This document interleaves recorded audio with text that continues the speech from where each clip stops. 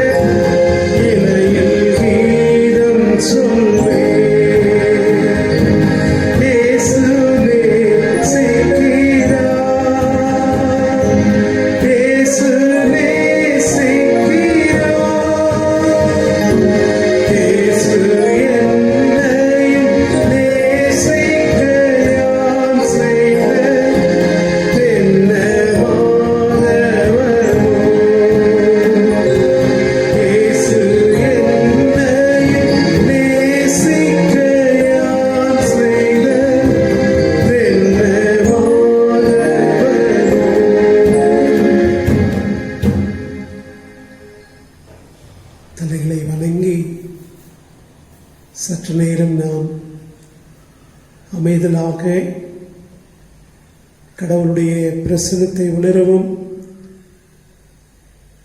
கடவுள் நமக்கு செய்த நன்மைகளுக்காக, அவருடைய அன்பின் வழிநடத்துதலுக்காக கடவுளுக்கு நாம் நன்றி செலுத்துவோம்.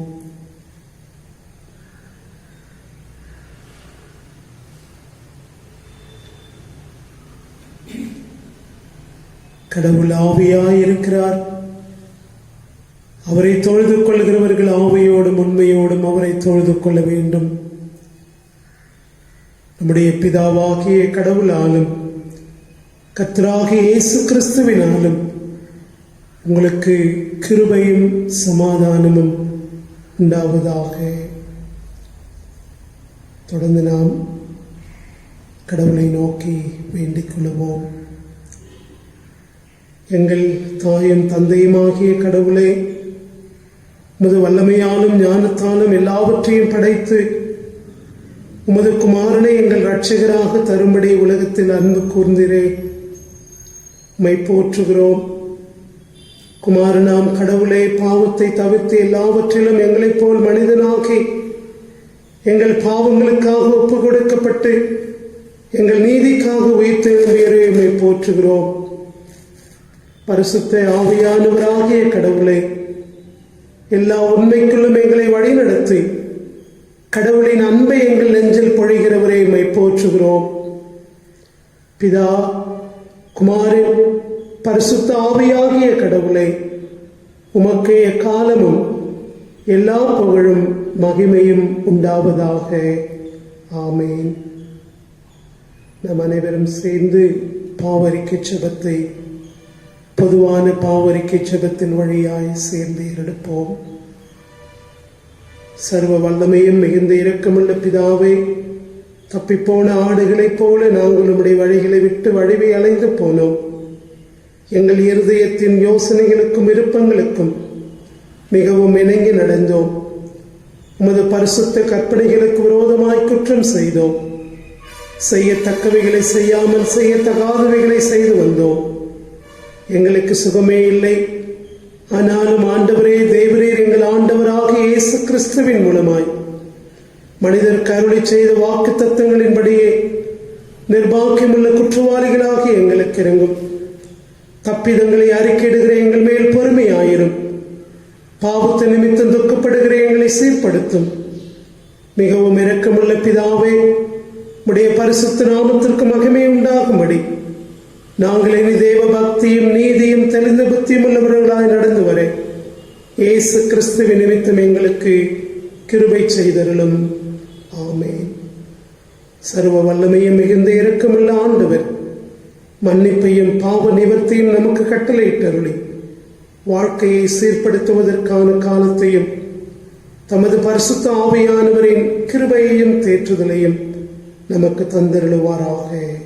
ஆமென்.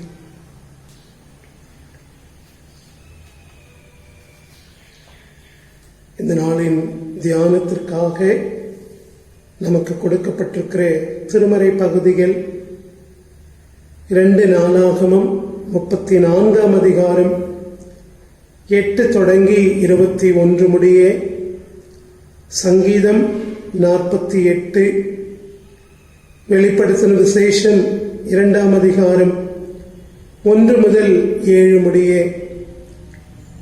யோவான் எழுதின நற்செய்தி நூல் 2ஆம் அதிகாரம் 12ஆம் வசனம் தொடங்கி 22ஆம் வசனம் முடிய, யோவான் 2ஆம் அதிகாரம் 12 தொடங்கி 22 முடிய கடவுளுடைய திருவசனங்களை நாம் படிக்க கேட்போம்.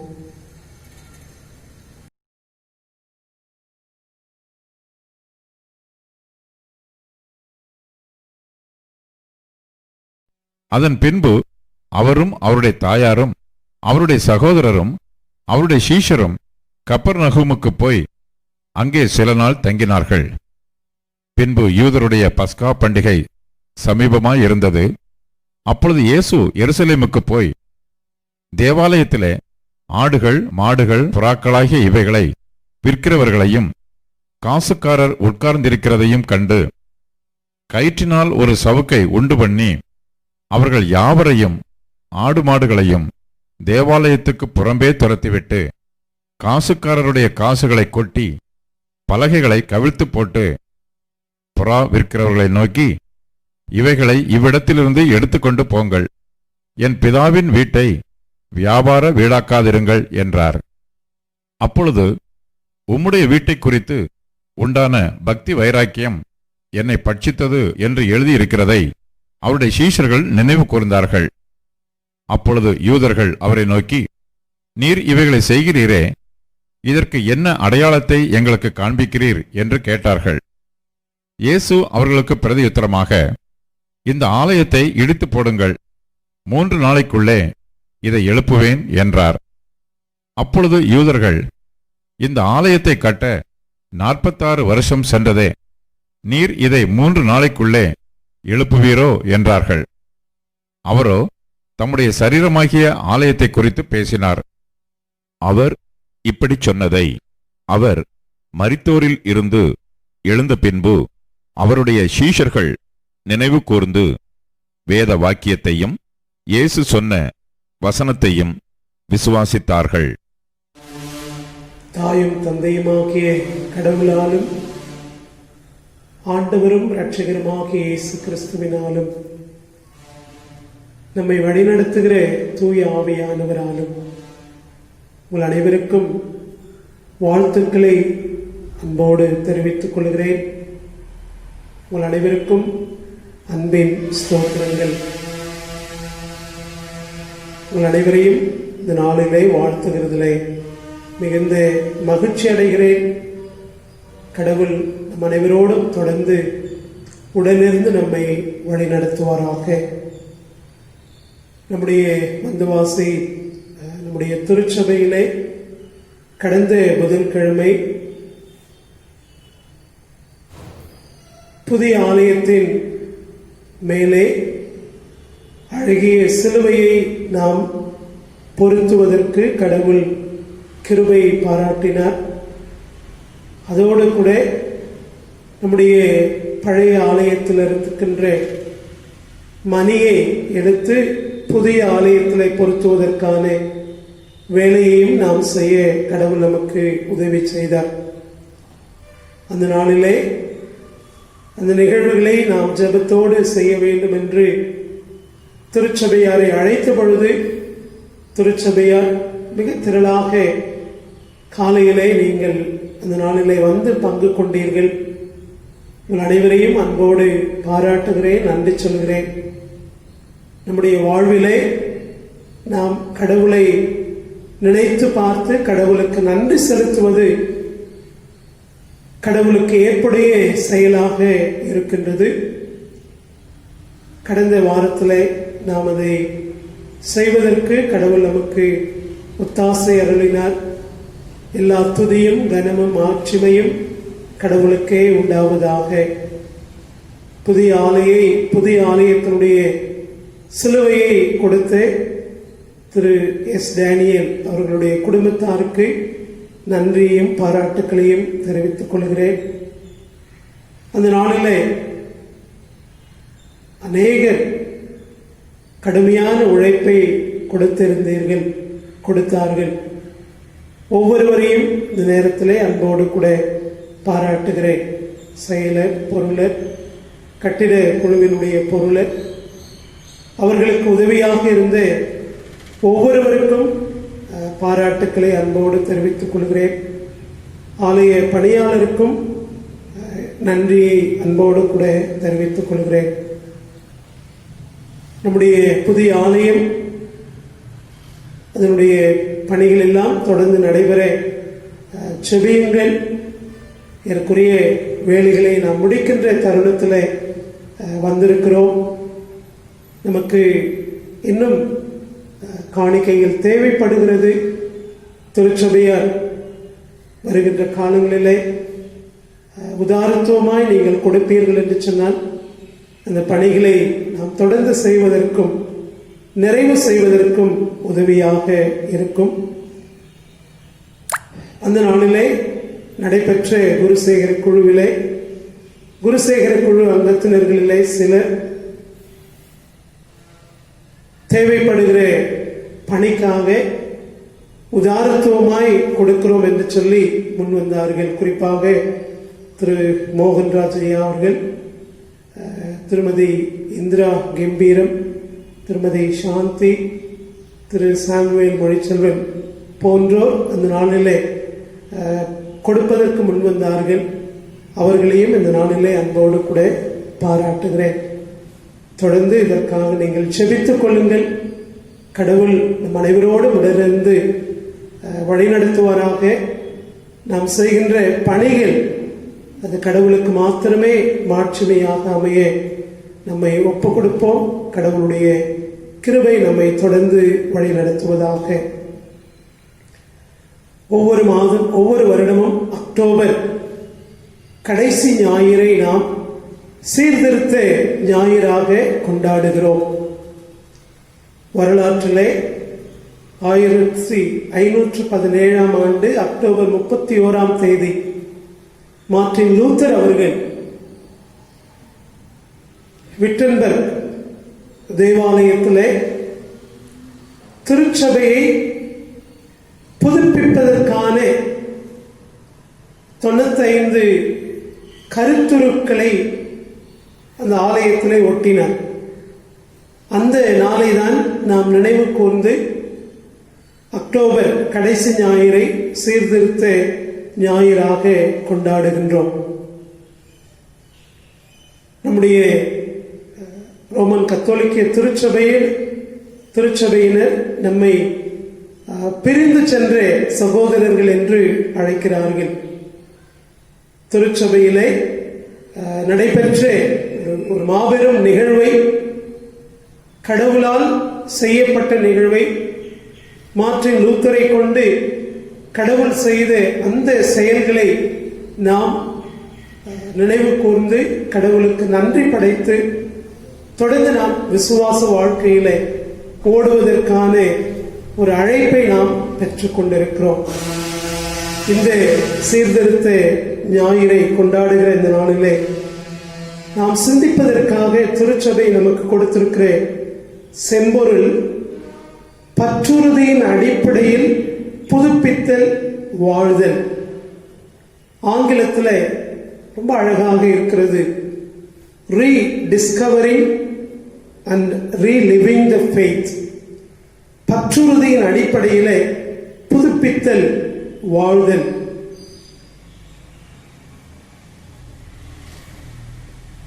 பழுதுகளை நீக்குவது என்பது எவ்வளவு முக்கியமான செயல்பாடு என்பதை நாம் அறிந்திருக்கிறோம். ரீவைண்டிங் என்று சொல்லுகிறார், பார்க்கிறோம். மெக்கானிசம்ல ரீவைண்டிங் என்பது ஒரு முக்கியமான செயல்பாடு. அப்படி பழுதுகளை நீக்கி புதுப்பிக்கின்ற பொழுது அதன் ஓட்டம் சீராக்கப்படுகிறது. அதன் ஓட்டம் முன்பை விட செம்மையாய் நடைபெறுகிறதற்கு உதவியாக அமைகின்றது. இந்த நாளிலே நம்முடைய பற்றுறுதியை நாம் வாழ்வதற்காக, நம்முடைய பற்றுறுதியை புதுப்பித்துக் கொண்டு நாம் கடவுளுக்கென்று வாழ அழைக்கப்படுகிறோம். கடவுளுடைய வாழ்விலே நாம் நிலைத்திருப்பதற்கு அழைக்கப்படுகிறோம். சோதனைகள், சவால்கள் நம்மை நெருக்குகின்ற பொழுது அந்த சோதனைகளிலே நாம் விழுந்து போகாமல், மாறாக அந்த சோதனைகளின் மத்தியிலும் நாம் கடவுளுக்கென்று ஒரு நல்ல வாழ்க்கையை வாழ்வதற்கு நாம் அழைக்கப்பட்டிருக்கிறோம் என்பதுதான் இந்த நாளிலே நமக்கு கொடுக்கப்பட்டிருக்கிற செம்பொருளிலே நாம் பார்க்கின்ற ஒரு செய்தி. இந்த நாளிலே நாம் இந்த தலைப்பில் சிந்திப்பதற்கு கடவுள் நம்மை அழைத்திருக்கிறார். பற்றுறுதியின் அடிப்படையில் வாழ்வது, ரீலிவிங் த ஃபெய்த். பற்றுறுதியின் அடிப்படையில் கடவுளுக்கென்று ஒரு அர்ப்பணிக்கப்பட்ட பக்தியுள்ள வாழ்க்கையை வாழ்வதற்கான அழைப்பு. இந்த நாளிலே படிக்க கொடுக்கப்பட்டிருக்கிற திருமறை பகுதிகளிலே முதலாவது பகுதி 2 நாளாகமம் 34ஆம் அதிகாரம் 8 முதல் 21 வரை வருகின்ற பகுதியிலே யோசியா மன்னனை குறித்து நாம் பார்க்கிறோம். யூத வரலாற்றிலே யோசியா மன்னன் ஒரு சமய சீர்திருத்தங்களை செய்தவர் என்று சொல்லப்படுகின்றார்.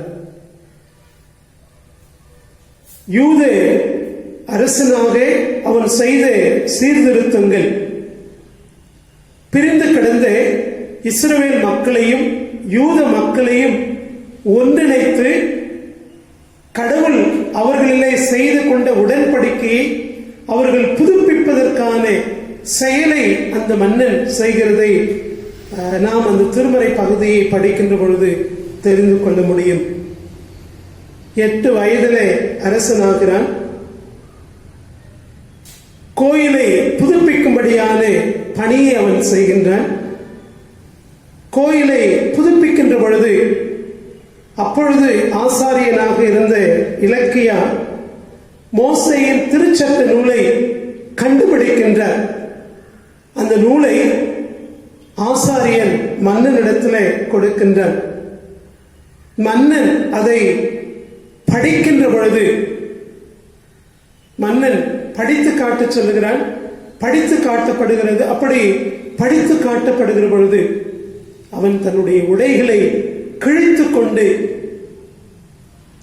மனம் மாறுவதற்கான செயலை அவன் செய்கிறதை நாம் பார்க்கிறோம். என்னுடைய மூதாதையர்கள் கடவுளுக்கு விரோதமாக வாழ்ந்து கடவுளுக்கு விரோதமான செயல்களில் ஈடுபட்டு கடவுளுடைய கோபத்திற்கு ஆளாகி போனார்களே என்று சொல்லி அந்த மன்னன் தான் கடவுளிடத்திலே மனம் திரும்புவது மாத்திரமில்லாமல் எல்லா மக்களையும் மனம் திரும்புவதற்கு அவன் ஒரு கருவியாக காணப்படுகின்றான். தொடர்ந்து அந்த பகுதியினுடைய அடுத்த பகுதியை 35ஆம் அதிகாரம் 36ஆம் அதிகாரத்தை படிக்கின்ற பொழுது இஸ்ரவேல் மக்கள் இணைந்து பாஸ்கா பண்டிகையை கொண்டாடுகின்ற ஒரு மறுமலர்ச்சியை அவனுடைய காலங்களிலே ஒரு சமய சீர்திருத்தங்களை செய்கிறதை நாம் பார்க்கிறோம். இஸ்ரவேல் மக்கள் கடவுளை விட்டு விலகி தூர போயிருந்த மக்களை அந்த மன்னன் கடவுளிடத்திலே திரும்பும்படியாய் செய்கின்றார். அது மாத்திரமில்லாமல் கடவுளுடைய வார்த்தையை அவன் கேட்கின்ற பொழுது தன்னுடைய ஆடைகளை கிழித்துக் கொள்கிறவனாக நாம் பார்க்கிறோம். கடவுளுடைய வார்த்தைக்கு செவிமடுக்கின்ற ஒரு அரசனாக அந்த திருமறை பகுதி நமக்கு காட்டுகின்றது. கடவுளுடைய வார்த்தைக்கு அவன் உடன்படுகிறான். கடவுளுடைய வார்த்தைக்கு அவன் செவிமடுக்கிறதை நாம் பார்க்கிறோம். நம்ம எல்லாருக்கும் தெரிந்த வேத பகுதி சங்கீதம் 119 9வது வசனம். வாலிபன் தன் வழியை எதினால் சுத்தம் பண்ணுவான், உம்முடைய வேத வசனத்தின்படி தன்னை காத்துக் கொள்கிறதுனால் தானே. பற்றுறுதியின் படி வாழ்வதற்கு, பற்றுறுதியை நம்முடைய வாழ்க்கையில ஒவ்வொரு நாளும் புதுப்பித்துக் கொள்கிறதற்கு கடவுளுடைய வார்த்தை நம்மை அழைக்கின்றது. கடவுளுடைய வார்த்தைக்கு நேராக நாம் திரும்புவதற்கு கடவுள் நம்மை அழைக்கின்றார். கடவுளுடைய வார்த்தை நம்மிலே செயல்படுகிற பொழுது நம்முடைய பற்றுறுதி புதுப்பிக்கப்படும் என்பதிலே சந்தேகமில்லை. இரண்டாவது, இன்றைக்கு நாம் படிக்க கேட்ட நற்செய்தி பகுதி யோவான் 2ஆம் அதிகாரம் 12 தொடங்கி 22 வரை வருகின்ற பகுதி. இந்த திருமறை பகுதியிலே 3 செய்திகளை நாம் பார்க்கிறோம். முதலாவது பகுதி நம்ம எல்லாருக்கும் தெரிந்தது, இயேசு கிறிஸ்து எருசலேம் தேவாலயத்தை தூய்மைப்படுத்துகின்றார். இரண்டாவது பகுதி, இயேசு அப்படி தேவாலயத்தை தூய்மையாக்குகின்ற பொழுது யூதர்கள் அவரிடத்தில் கேள்வி கேட்கின்றனர்.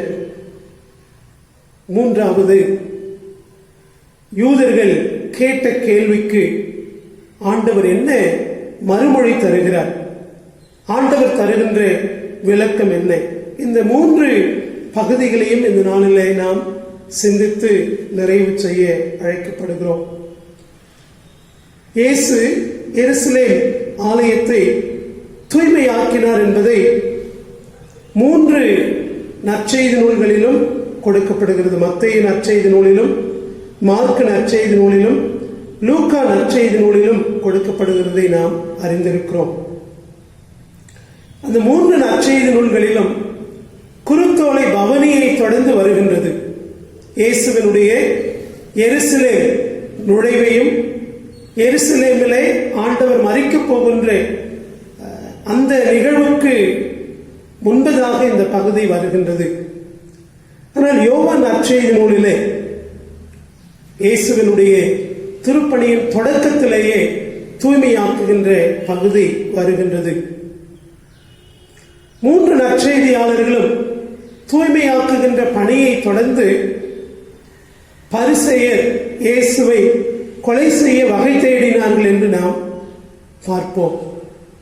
ஆனால் யோவான் நற்செய்தி நூலில் அந்த நோக்கம் மாறுபட்டு இயேசுவினிடத்தில் கேள்வி கேட்கிறதை நாம் பார்க்கிறோம். 3 நற்செய்தி நூல்களிலும் எரேமியா தீர்க்கன் சொல்லுகின்ற என்னுடைய வீட்டை கல்லர் குகையாக்கினீர்கள் என்கின்ற வசனத்தை மேற்கோள் காட்டுகிறதை நாம் பார்க்க முடியும். ஆனால் யோவான் நற்செய்தி நூலிலே சங்கீதம் 69:9 வசனத்தை இயேசுவினுடைய சீடர்கள் நினைவு கூர்ந்து அவருடைய பக்தியை குறித்து நினைத்து பார்க்கிறார்கள் என்று சொல்லப்படுகின்றது. 4 நற்செய்தி நூல்களிலும் இந்த நிகழ்ச்சி வருகிறது. யோவான் 2ஆம் அதிகாரம் 18வது வசனத்தில் நாம் பார்க்கிறோம். 16வது வசனத்தில் என் தந்தையின் இல்லத்தை சந்தை ஆக்காதீர்கள்.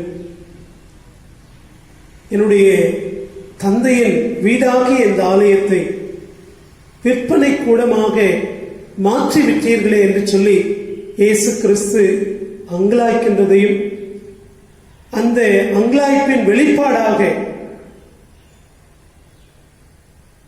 அந்த இடத்தை தூய்மையாக்குகிறதையும் நாம் பார்க்கிறோம். இந்த நிகழ்வு இயேசு கிறிஸ்துவனுடைய பக்தியை வெளிப்படுத்துகிறதாக யோவான் நற்செய்தியாளன் குறிப்பிடுகின்றார்.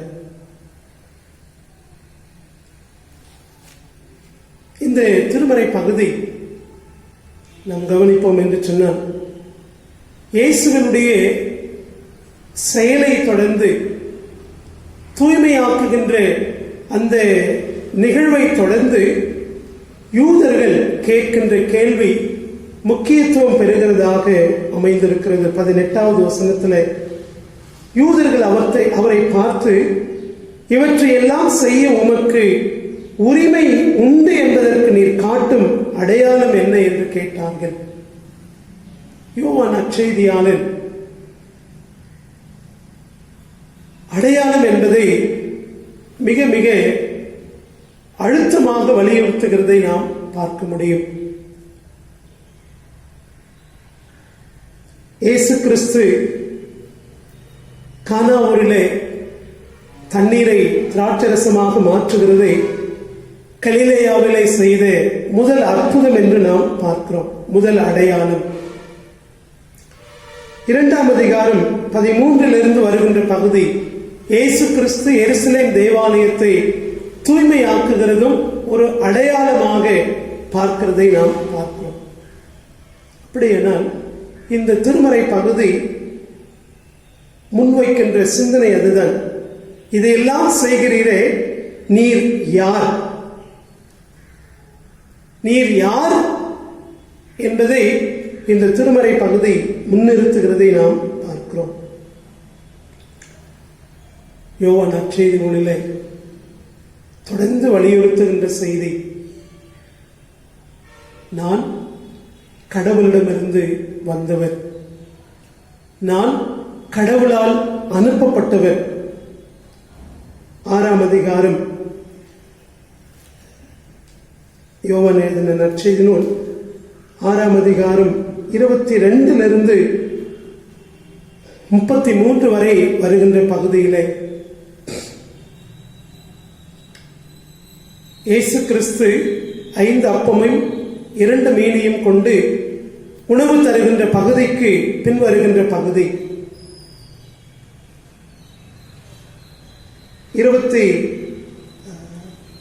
யோவான் 6ஆம் அதிகாரம் 26வது வசனத்தில் இயேசு மறுமொழியாக, நீங்கள் அரும் அடையாளங்களை கண்டதால் அல்ல, மாறாக அப்பங்களை வயிறால் உண்டதால் தான் என்னை தேடுகிறீர்கள் என உறுதியாக உங்களுக்கு சொல்லுகிறேன் என்று ஆண்டவர் சொல்லுகிறார். தொடர்ந்து 29வது வசனத்தில் இயேசு அவர்களை பார்த்து, கடவுள் அனுப்பியவரை நம்புவதே கடவுளுக்கு ஏற்ற செயல். இயேசு கிறிஸ்து கடவுளிடமிருந்து வந்தவர் என்பதை இந்த நற்செய்தி நூலிலே நாம் தொடர்ந்து பார்த்து கொண்டே வருகிறோம்.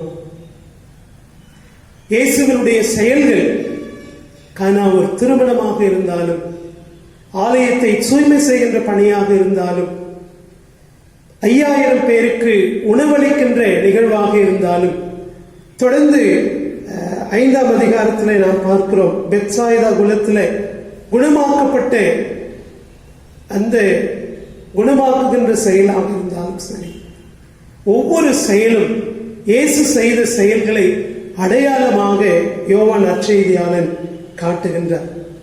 அப்படியானால் இந்த அடையாளம் என்பது இயேசு யார் என்பதை வெளிப்படுத்துகிறது. அப்படி இயேசு யார் என்பதை வெளிப்படுத்துகின்ற செயல்கள் அவரிடம் நம்பிக்கை கொண்டு வாழ்வதற்கான அழைப்பையும் தருகின்றதாக நாம் பார்க்கின்றோம். யோவான் 2ஆம் அதிகாரம் 22வது வசனத்தில் நாம் பார்க்கிறோம்,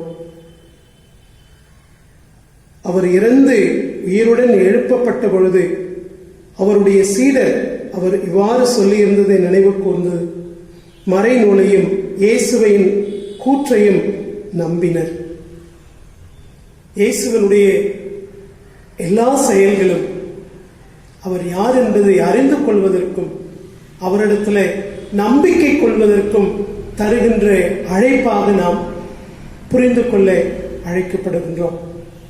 யோவான் நற்செய்தி நூல் 2ஆம் அதிகாரத்தில் 2 நிகழ்வுகள் வருகின்றது.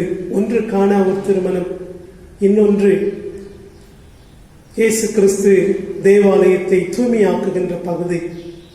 இந்த 2ஆம் அதிகாரம் மிக அழகாக முடிகின்றது 24, 25 வசனத்தில். ஆனால் இயேசு அவர்களை நம்பிவிடவில்லை, ஏனெனில் அவருக்கு அனைவரையும் பற்றி தெரியும்.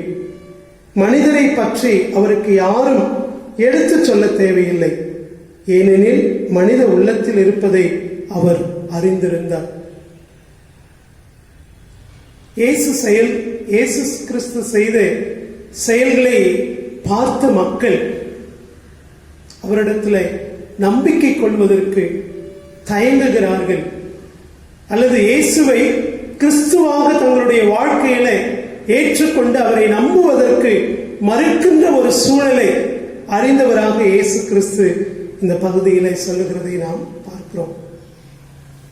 கடைசியாக இந்த திருமறை பகுதியிலே நாம் பார்க்க வேண்டிய இன்னொரு முக்கியமான செய்தி, இந்த தேவாலயத்தை கட்டுவதற்கு 46 ஆண்டுகள் ஆயிற்று. நீர் இதை 3 நாட்களில் கட்டி எழுப்புவீர் என்று 21வது வசனத்தில் நாம் பார்க்கிறோம். அவர் தம் உடலாகிய கோயிலை பற்றியே பேசினார். இந்த திருமறை பகுதியில இயேசு கிறிஸ்து தன்னுடைய மரணத்தையும் உயிர்த்தெழுதலையும் குறித்து மிக அழகாக சொல்லுகிறார். எருசலேம் தேவாலயம் அல்ல, எருசலேம் தேவாலயத்திலே நம்பிக்கை கொண்டு வாழுகின்ற வாழ்க்கை அல்ல, அல்லது எருசலேம் தேவாலயத்திலே தான் கடவுள் இருக்கிறார் என்கின்ற நம்பிக்கை அல்ல. மாறாக கடவுள் கிறிஸ்துவை இந்த உலகத்திற்கு அனுப்பினாரே, கிறிஸ்து இந்த உலகத்திலே மரிப்பதின் மூலமாய் உயிர்த்தெழுதலின் மூலமாய் கடவுளுடைய சித்தத்தை நிறைவேற்றினாரே, அவரில் நம்பிக்கை கொள்வதுதான் வாழ்க்கை.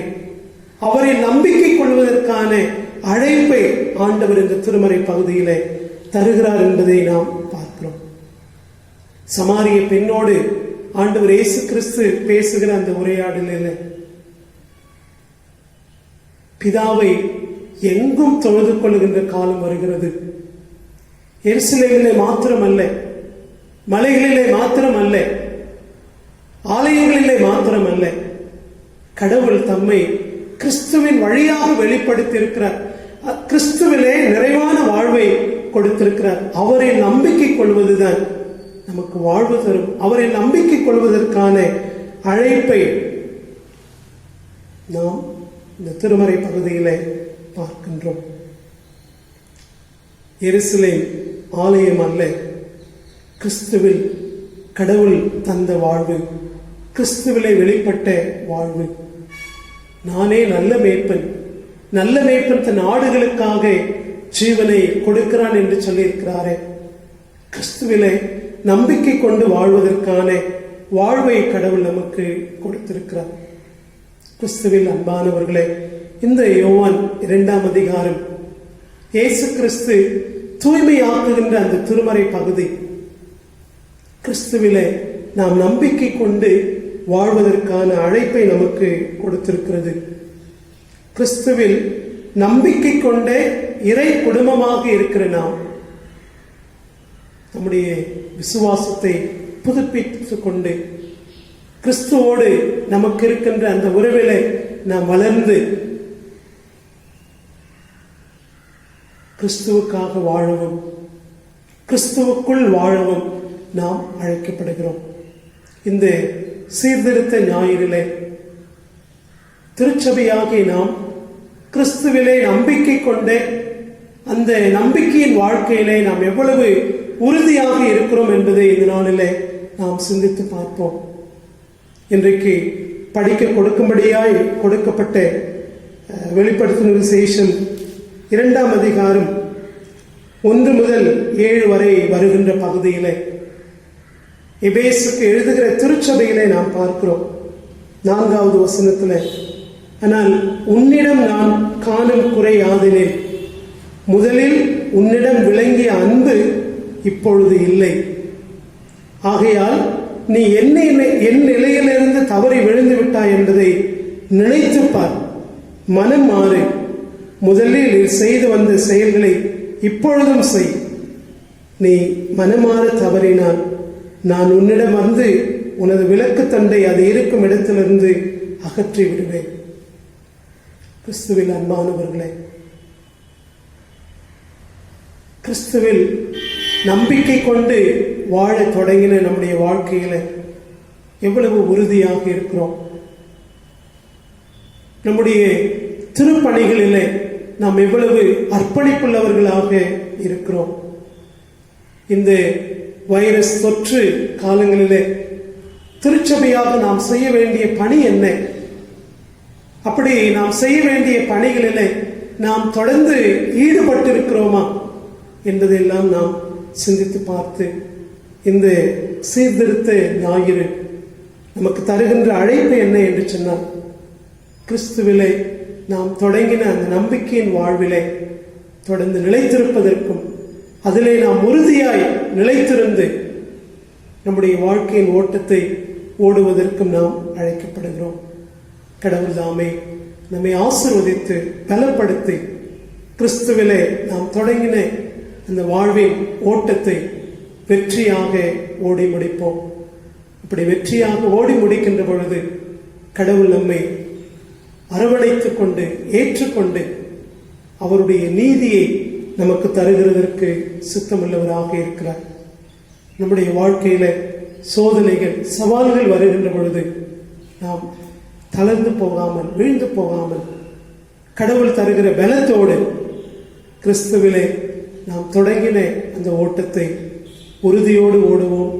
கடவுள் தாமே நம்மை ஆசீர்வதித்து வழி நடத்துவாராக. ஆமென். ஜெபம் செய்வோம்.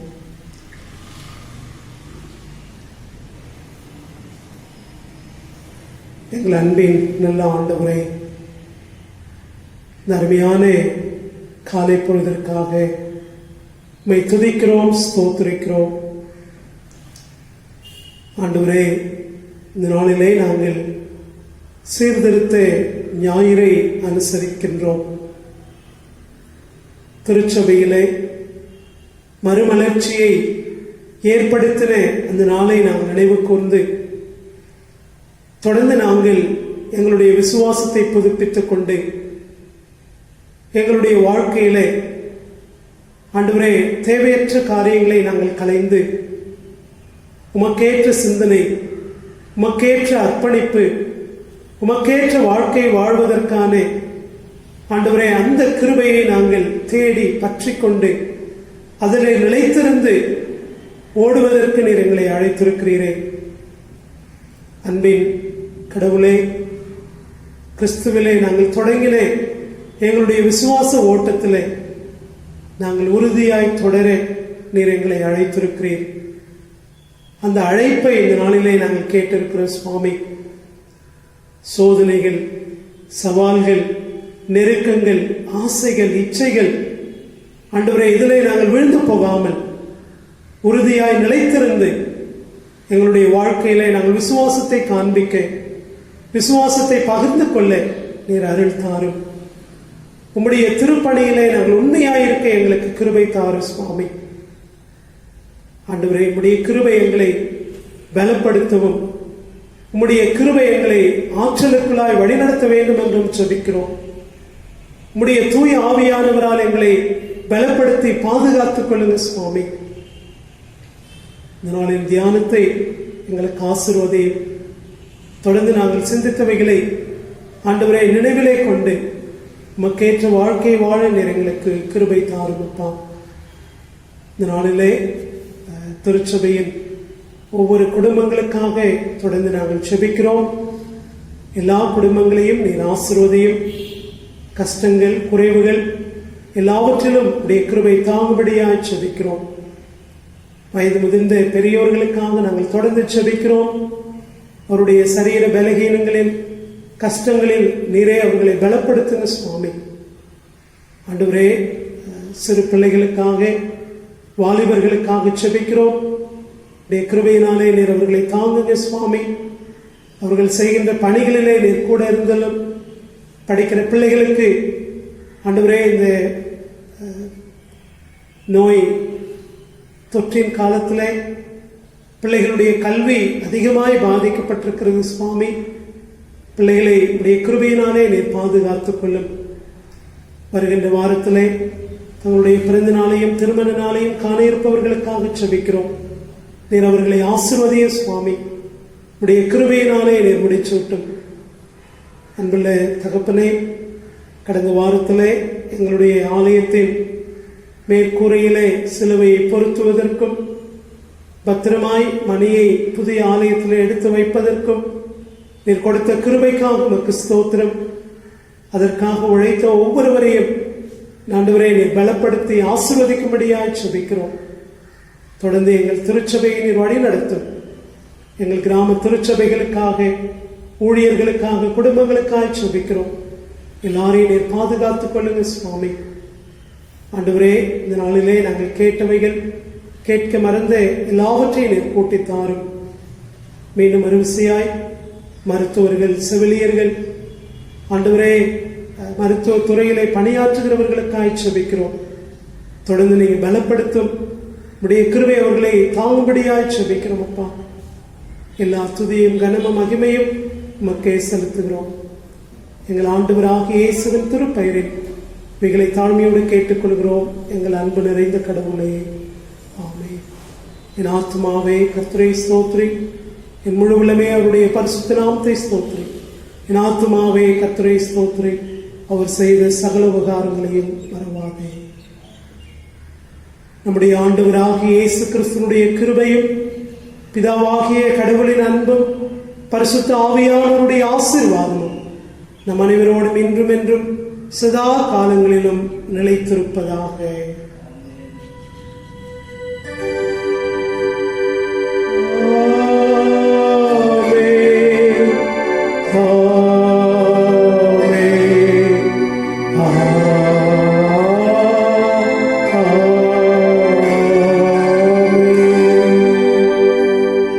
கர்த்தர் உங்களோடு இருப்பாராக, அவரது ஆவியோடும் இருப்பாராக. சமாதானத்தோடு போக கிடவோம் கர்த்தருடைய திருப்பெயராலே.